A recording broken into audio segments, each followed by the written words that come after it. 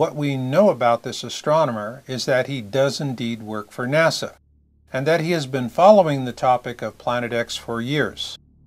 We have a 90 to 99% confidence that Uranus and Neptune are being disturbed, and by one candidate for that is a single Planet X.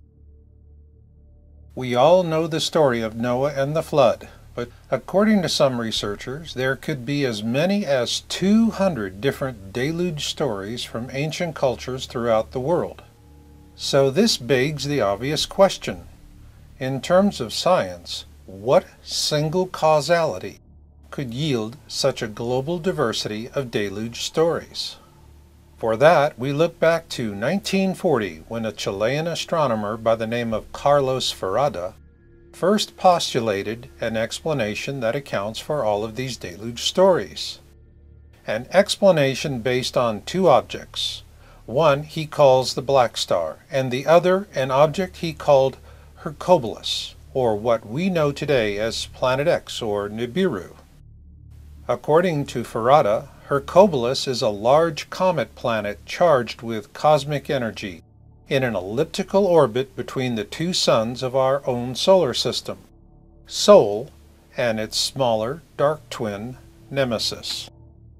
A man of great intellect and insight, Ferrada tells us that this object does not follow established celestial laws, which in turn explains its bizarre behaviors.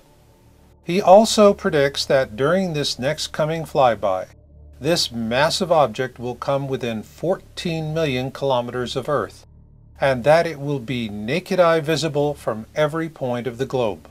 It will be a horrific event predicted by Edgar Cayce, a great American psychic known as the Sleeping Prophet. A pole shift. And so, what would the celestial mechanics of such an event look like? It would look like the one that haunted Ferrada. Carlos Muñoz Ferrada, astrónomo, sismólogo y científico, por más de medio siglo ha impactado al mundo con sus pronósticos astronómicos y geofísicos. Una de sus más estremecedoras predicciones fue publicada en el diario El Sur de Concepción el jueves 19 de enero de 1939. En aquel entonces predijo que el 24 de enero de ese mismo año, a las 7:10 de la noche, un terremoto devastaría a Chile, pero nadie creyó en él.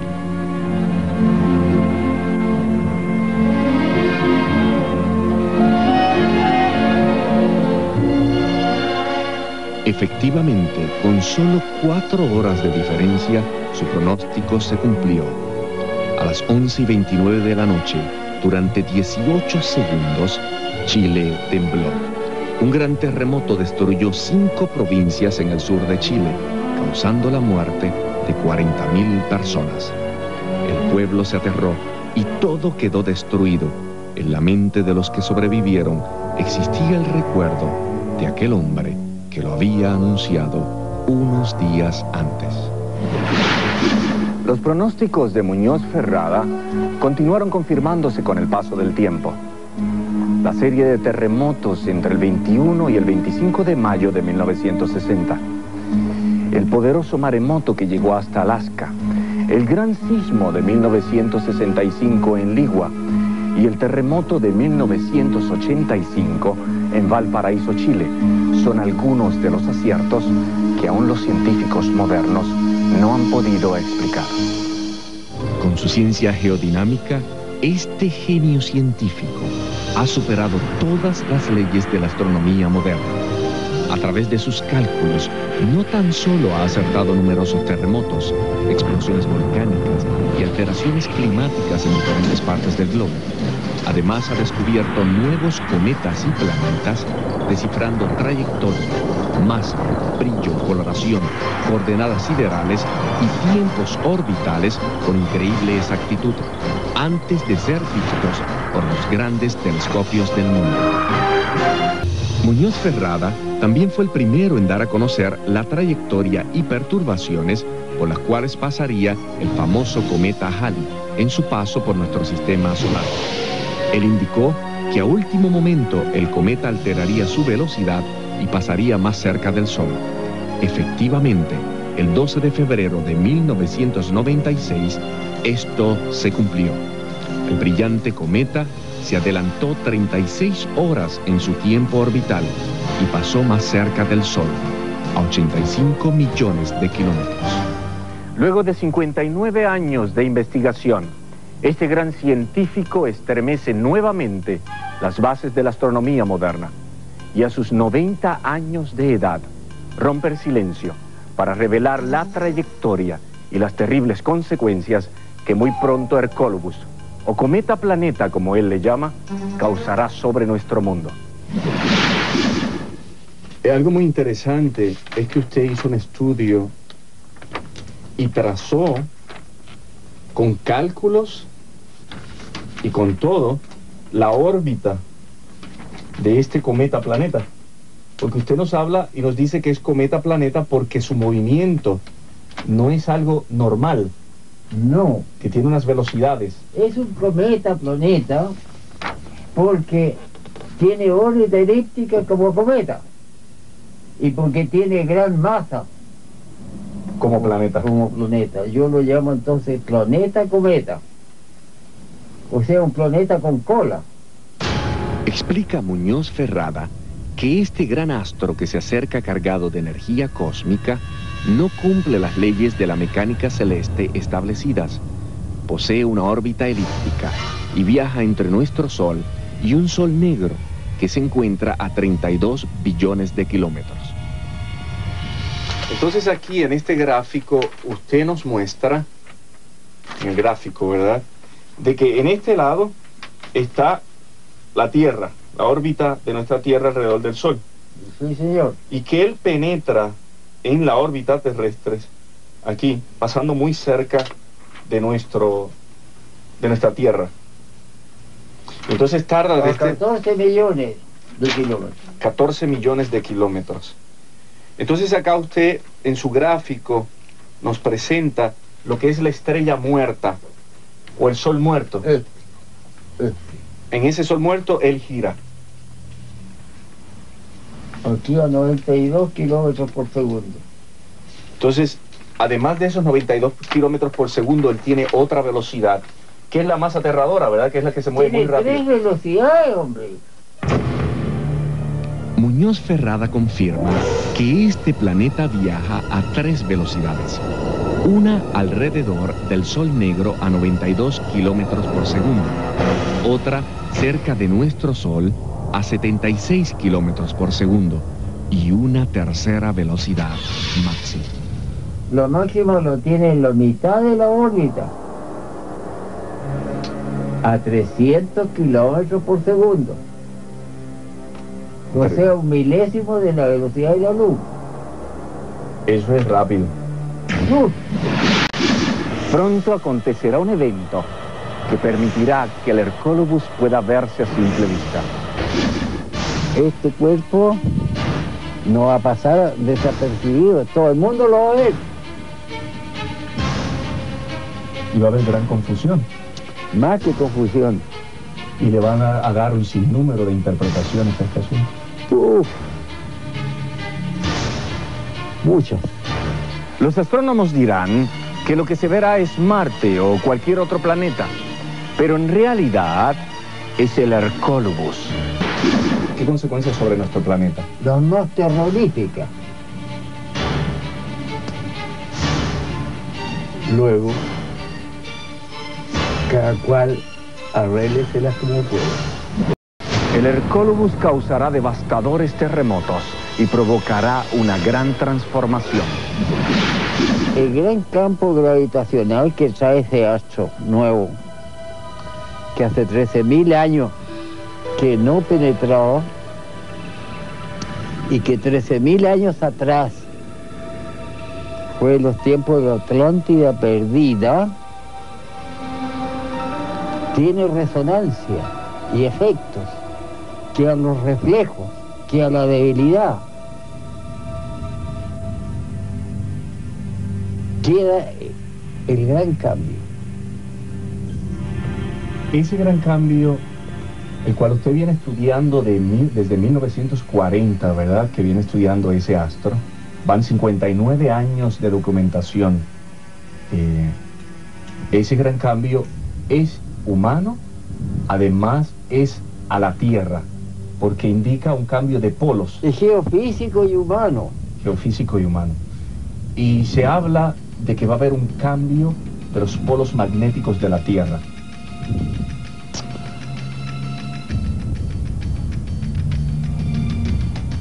Son tantas las cosas que lamentable la humanidad no está preparada. El cambio viene. La destrucción viene. Y, más que nada, afectará a la humanidad en su existencia, en su producción, en su subsistencia misma. A whistleblower posted Planet X images taken with the SPT on YouTube under the name Nibiru Shock 2012. Here you see the images he posted in his video that were captured by the SPT in January 2008. What is clearly obvious here is that we are looking at a mini constellation and not a single object. So let's take an enhanced look at these images. What we see is the strong infrared signature of a brown dwarf star, and between 5 to 7 planets in orbit around it, depending on how you define a planet. In this close-up provided by Nibiru Shock 2012, he also points out that the brown dwarf has a tail. This can be attributed to the fact that Nemesis, the brown dwarf seen here in the center of the image, is surrounded by a massive dust disk. Ergo, if we could actually see this brown dwarf in space, it would likely look something similar to this animation. The problem this presents for us here on Earth is that at some point in the future we will pass through this dust disk, if we're not already doing so. In addition to the January 2008 images provided by Nibiru Shock 2012, a second whistleblower came forward in May of that year with another SPT image. This second whistleblower named his SPT source in the video, and the government removed it within hours after it was up. In 2013, the renowned astrophysicist James McCaney indicated that a number of professional scientists in the field of astronomy had informed him that a mini-solar system was entering our solar system and would bring with it a bombardment of comets and giant meteors that would threaten all life on Earth. There seems to be some serious observation going on in the southern hemisphere and leaks coming out all over the place. Groups of military and professional astronomers are openly active, let's say, at the Wormwood location in Australia. The indicators were all there, and now there are reports that a mini solar system is coming into ours. Basically, you are on your own. Be prepared. That's the best thing I can tell you. And as far as I would suggest that, number one, you need clean water. Number two, you need your own supply of food. And number three, you need some basic first aid equipment. Number four, you need some health maintenance natural products. Years, as I've advised people through this era of awaiting a extrasolar system object, and by the way, there are many of them, there is not just one. This is what scientists are starting to find out, and of course they're not telling the public. And it does appear, I've been saying this all along, it now appears that there are leaks coming out of the southern hemisphere, of the number of astronomers down there looking at what they are calling a mini solar system moving into ours. This is what apparently Harrington saw back in the early 90s. And in the forefront was, of course, Hale-Bopp, but the comet nucleus that eventually became Hale-Bopp, somewhat of a mini solar system in its own right, but certainly much smaller than the much bigger object coming in behind it. And this would be coming in from the southern hemisphere. The point is, forget about dates. As I said last week and the week before, don't worry about dates. Or don't worry about internet chatter. Don't think you're going to all of a sudden wake up someday and hear on the evening news that, gee, a big object is coming in, and here's the date it's going to be here, folks. That is not going to happen. That's not going to happen on the evening news. My advice is simply to be prepared. If you are not prepared, then what are you thinking about?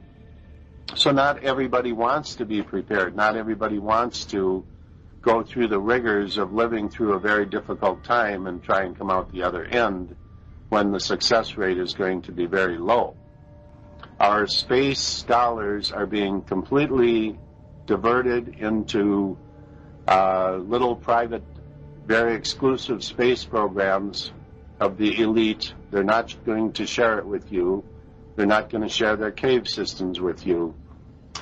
The question that comes out of this, and which is imperative right now, understanding that we are in a time of celestial change in the solar system, a time of when upheaval and severe change, not just average change, but severe change with our sun, with our weather, with the local solar environment of Earth and the other planets, is potentially going to change radically.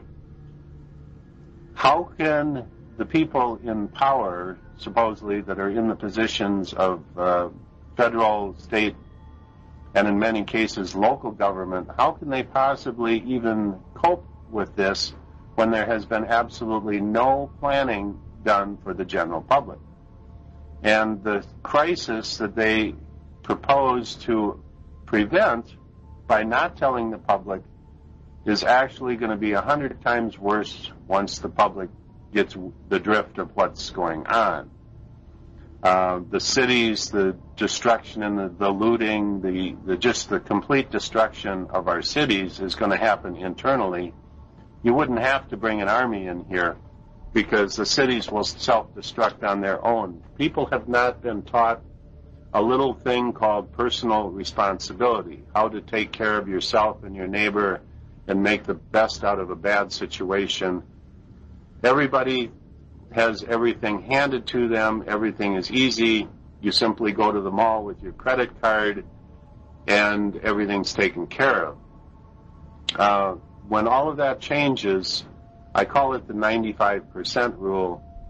95% of the public is going to wake up one day with nothing. And the real survivors are going to find a way to deal with all of these situations. And it's not going to be, it won't take long, it's not going to be pretty, but when these major events happen, it's going to happen very quickly. One thing we found out from Comet Bradfield is that these objects, of course, NASA sees them coming from a long time out, from a long distance away, but the public is going to have a week or 2 or 3 notice, is my prediction. And that's all, because we don't have the ability to get to the locations to observe what they are observing and not telling us about. It's a very difficult thing. I've personally tried it myself.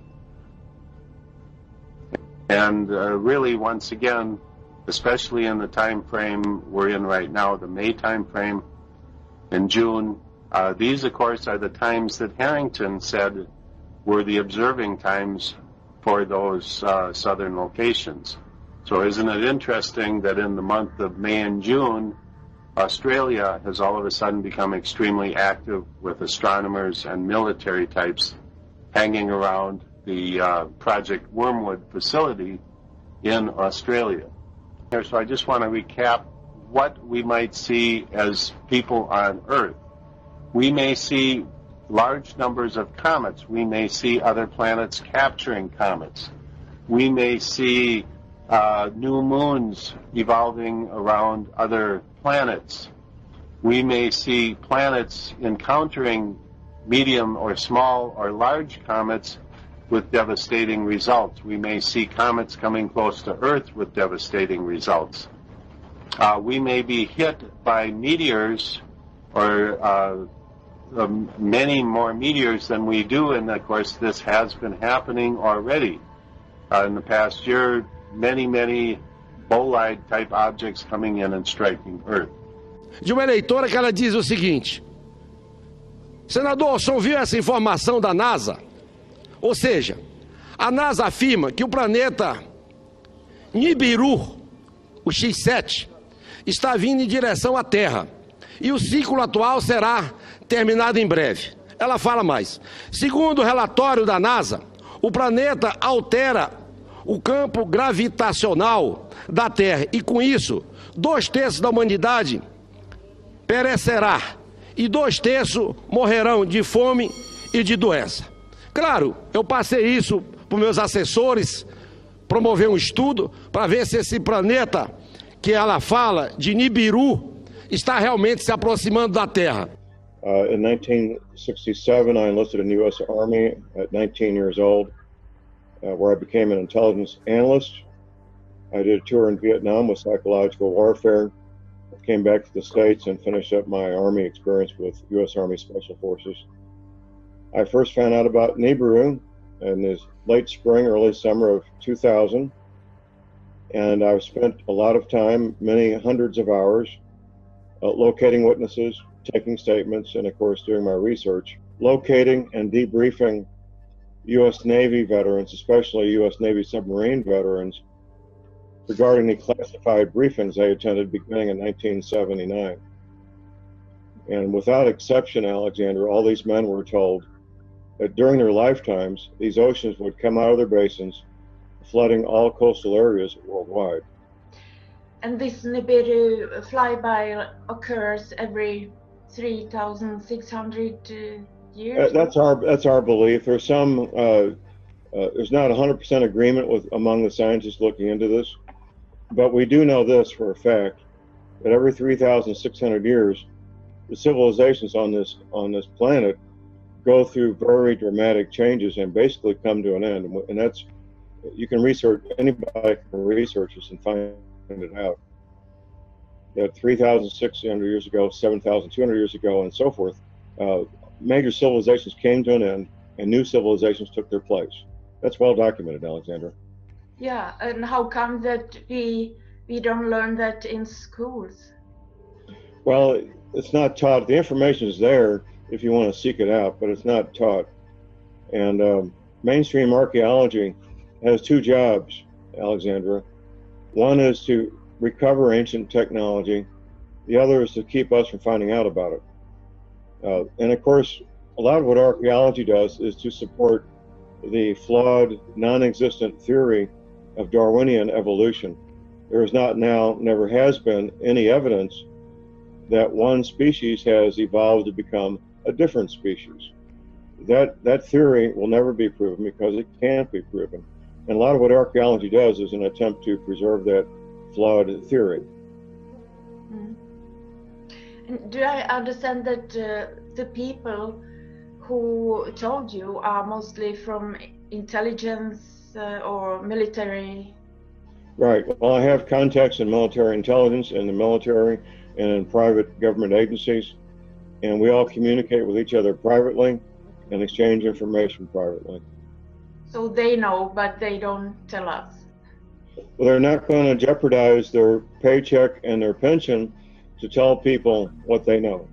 That's not going to happen, Alexander. Mm.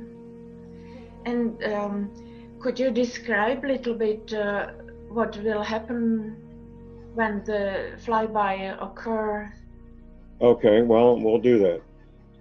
It's somewhat documented in the Bible when the most recent passage was when Moses was leaving Egypt, and all the water on the planet, surface water, turned red. That's from the iron oxide dust that travels with the Nibiru. One of the things that Emanuel Velikovsky learned in his research is that it was not just the Nile River, it was all the water on the planet that turned red during that flyby. We expect to have 200-mile-an-hour winds for at least a day. That will be the jet stream coming down to the surface of the planet, winds from 150 to 200 miles an hour. I'm not sure what that is in kilometers offhand, but very damaging winds. We expect there will be major earthquakes all over the planet, 9 and 10-point earthquakes, as well as volcanoes erupting at the same time. And of course, the pole shift. The information I have, Alexander, is a 45-degree pole shift, which is massive. Typically, these pole shifts are in a range of 15 to 20 degrees. 45 degrees is a huge pole shift. The new North Pole will be in Siberia, which will mean most of North America will be much warmer than it is now. And we believe much of Europe will be warmer than it is now as well. And that's a good thing. Warmer temperatures is a good thing. And of course, the flooding. When the pole shift happens, we will have worldwide flooding of all coastal areas, at least 100 meters high, possibly 150 to 200 meters high, depending on where you are. That will devastate where 75, 85% of the population lives, will be wiped out and underwater. Rocks. Oh, we need to talk about the rocks. There will be rocks hitting Earth, rocks the size of trucks, rocks the size of houses, hitting Earth and causing damage as well. There'll be a slosh, a wave that might be 200 meters high, but then there'll be a new sea level which won't be that high. The new sea level may be 100 meters, maybe 75 meters above the current level. It'll vary depending on where you are on the planet. Previous flyby, Nibiru flyby, was Exodus. Right, that's the most recent one, yes. Yeah, and the before is Noah flood. Noah's flood was one before that, and that was a worldwide flood, not just the Middle East.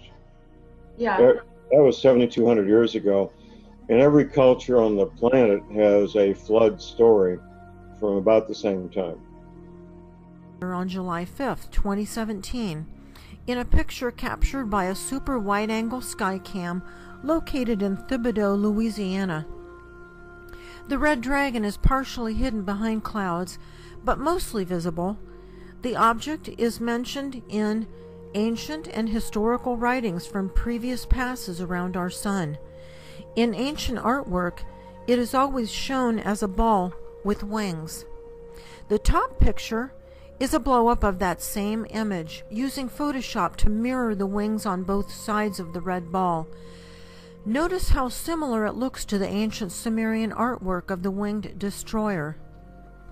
This is how the red dragon looks using Google Sky, where all the celestial objects are digitized. The red dragon was the only object in Google Sky that had wings. Unfortunately, Google was forced to censor that part of their Google Sky app, so now anyone going to the coordinates of the red dragon only sees a black rectangle that contains no stars, no planets, or other celestial objects. The completely blank black rectangle does make it obvious that something is being censored. Back in the 1950s, most people aren't aware of it, but there was a scientific storm in America all through the late 50s about this thing out there in space, because the astronomers were all watching it, and that was back when they weren't afraid to talk about it. It was in the science magazines. I mean, I had a subscription to, like, Popular Science, and hell, it was on the front cover of the magazine one day in, like, 1961. And I was really excited when I saw it, because here's this giant red planet on the horizon of the California coast, and a humongous tidal wave coming in towards the coast. And having grew up in the mountains of the Sierras, And this thing in the magazine, it said this tidal wave coming in was going to be at least 3 miles high. And I went in and showed it to everybody in the house, and they laughed, and they said, look, it says right here, there's nothing to worry about. It won't be here for another 50 years.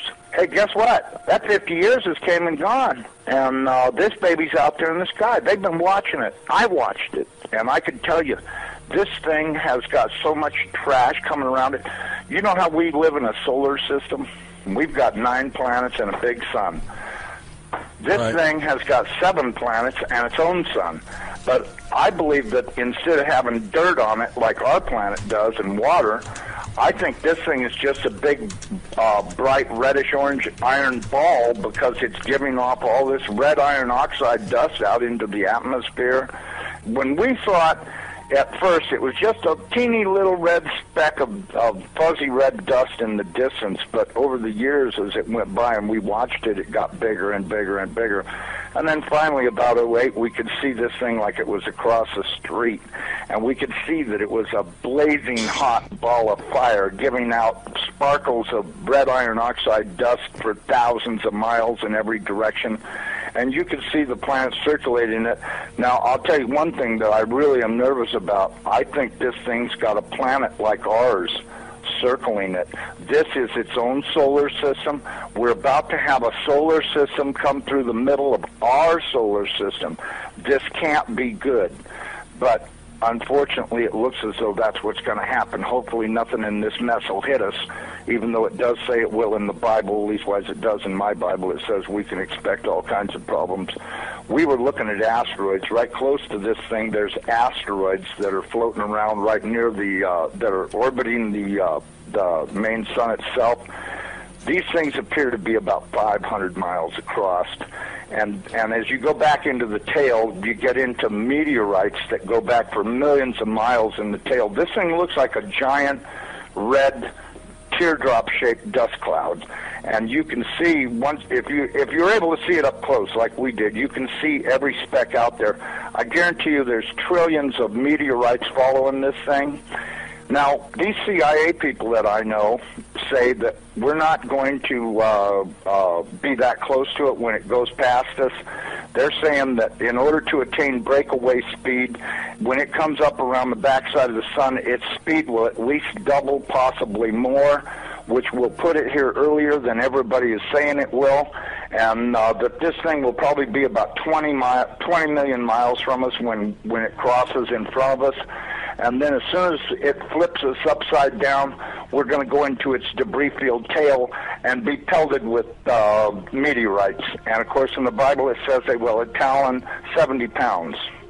So if you've got 70-pound meteorites falling like hail, and I can guarantee you they will be falling like hail because there are that many in the tail of this thing. This thing has got a tail loaded with trash. I mean, it's incredible the amount of stuff that's in this thing's tail. And we're going to go right through that tail, and if it doesn't beat everything on the surface of the ground into a flat putty, I don't know what it'll take. I tell everybody, you better be at least 20, 30, 40, 50 feet on the ground and have either concrete or stone above you, because it'll break through the roof or whatever you've got if you don't. These CIA guys told me that this pole shift will probably happen from start to finish in around 28 minutes. That doesn't give you a lot of warning. When you see that thing out there in the sky, you're going to have to run as fast as you can to your underground facility, because this is going to happen so fast. Now, see, here's another thing nobody's talking about. You've got this giant iron planet that they say is 47,000 miles across, getting ready to come up past us. And when it starts to approach us, it's going to start and have real serious effects. So is it a planet or a failed star? It's not a failed star. You know, I saw this thing up close. It did not look like a failed star. It looked just like our sun. Right. Okay? Would you call our sun a failed star? No. Okay, well, you had said planet. I wasn't sure if it was like a failed star, brown dwarf, or a full sun. So it's a full sun? It looks to me like a miniature sun, just like the one we have. The only difference is our sun is giving off flames and stuff, and this one's doing the same thing as it, but it's giving off this red iron oxide cloud of dust around it, And until it got close, we couldn't even tell what was in there. We could see it was hot, and it looked like it was just a dull red when we were first able to discern it through the red cloud. But as it approached, it started to become more apparent that this thing is just orange hot. I mean, to tell how hot it is, I was told that it was, they estimated between 5 and 10 million degrees, but, you know, I don't really know, if that's right or not. I mean, it's got to be pretty hot because it's sending all of this red iron oxide dust out into space around it. Right. And it's got this enormous, and I mean enormous, at least 50 or 100,000 miles on each side of it, this red dust cloud that goes all the way around it. I know when we were watching it, as it started to make the upward swing to approach behind our sun, it was amazing. The red dust cloud settled down. Instead of being round, it started to settle down into a V, like wings, upside-down wings.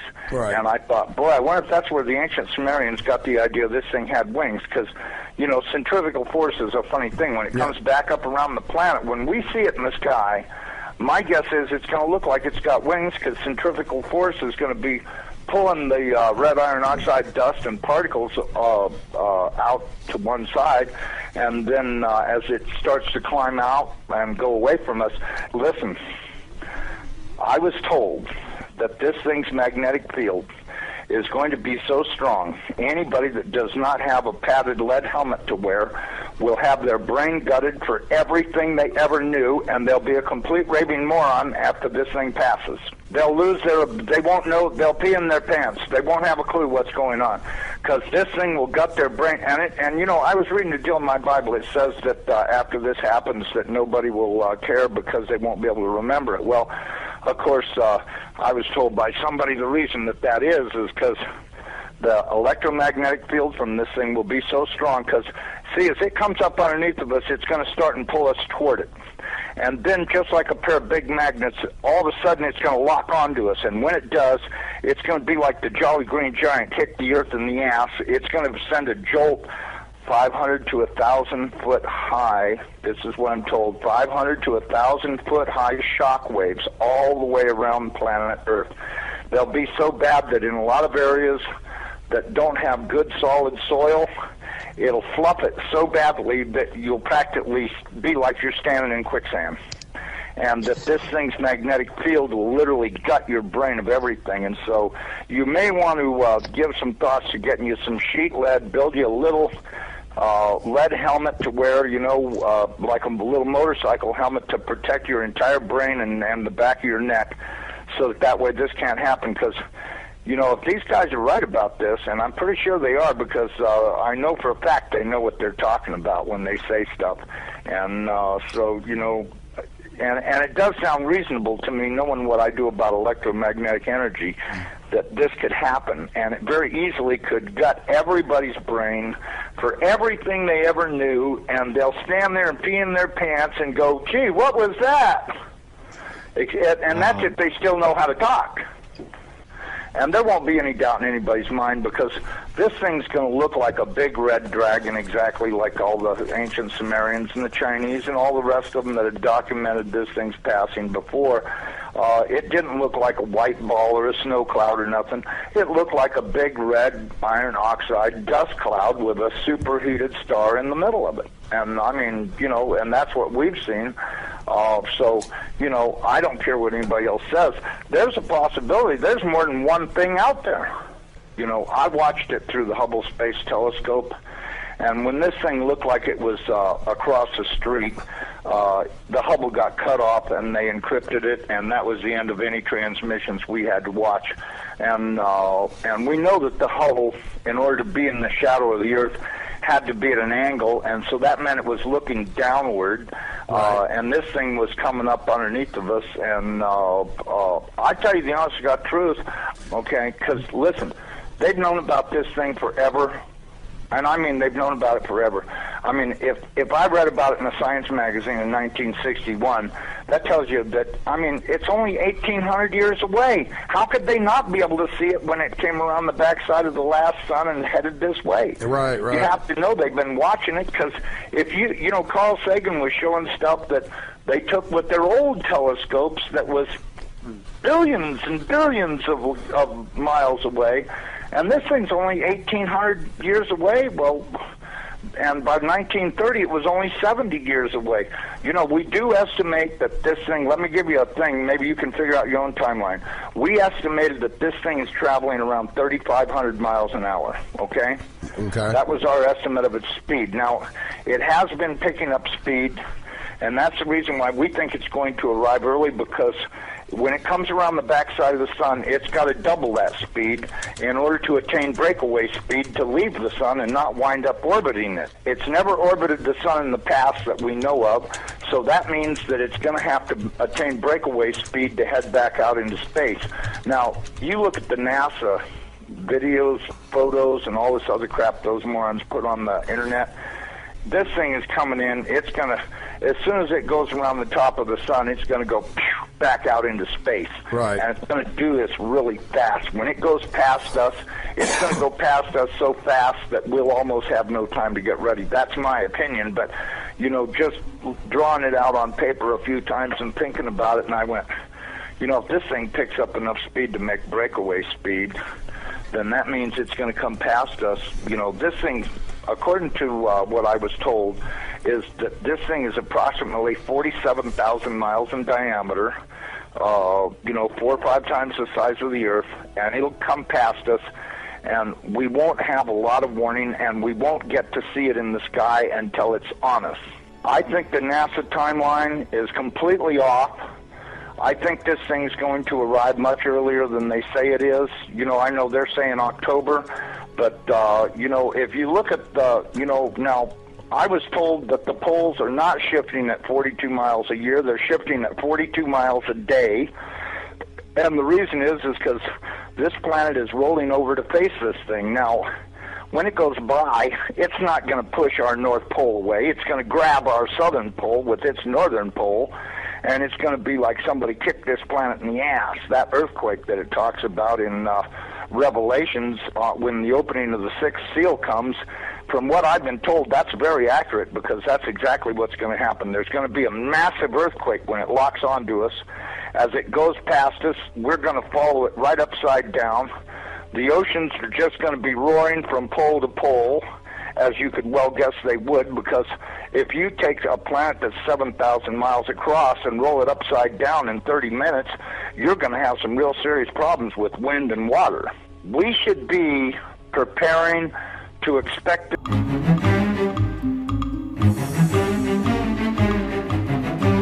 My job was to attempt to penetrate using any means possible former Soviet missile programs, biological warfare programs, very sensitive top secret weapons programs. And one of those tactics was to use psychics. It turned out that the U.S. military, in conjunction with former Stanford Research Institute, was developing its program. CIA was paying for some of that. Army was paying for some of that as well. Remote viewing, as one particular aspect of consciousness, is a teachable skill. That does not imply that there aren't those who are born with very, very gifted in terms of psychic antenna. There are. When I teach those people remote viewing, the very gifted natural psychic can produce about twice as much detailed information about a target, a person, a place, a thing, or an event. We know as viewers, and I have personally viewed this particular event on a number of times because it's so powerful, that all of these warring parties that we see on the planet, all these many wars, that on the ground, all of these soldiers look up in the sky. They all look up. So something is happening in the sky. In fact, there's probably unprecedented atmospheric effects that in a recorded history, perhaps an unrecorded history, there's been events like this, but nothing in recorded history. Something happens in the atmosphere that has not been seen before, because all these soldiers are looking up, and then they go home. Their priorities change. They go home. So that's when it starts. This kill shot sequence will cripple communications worldwide. It will take out satellite communications in a very short order.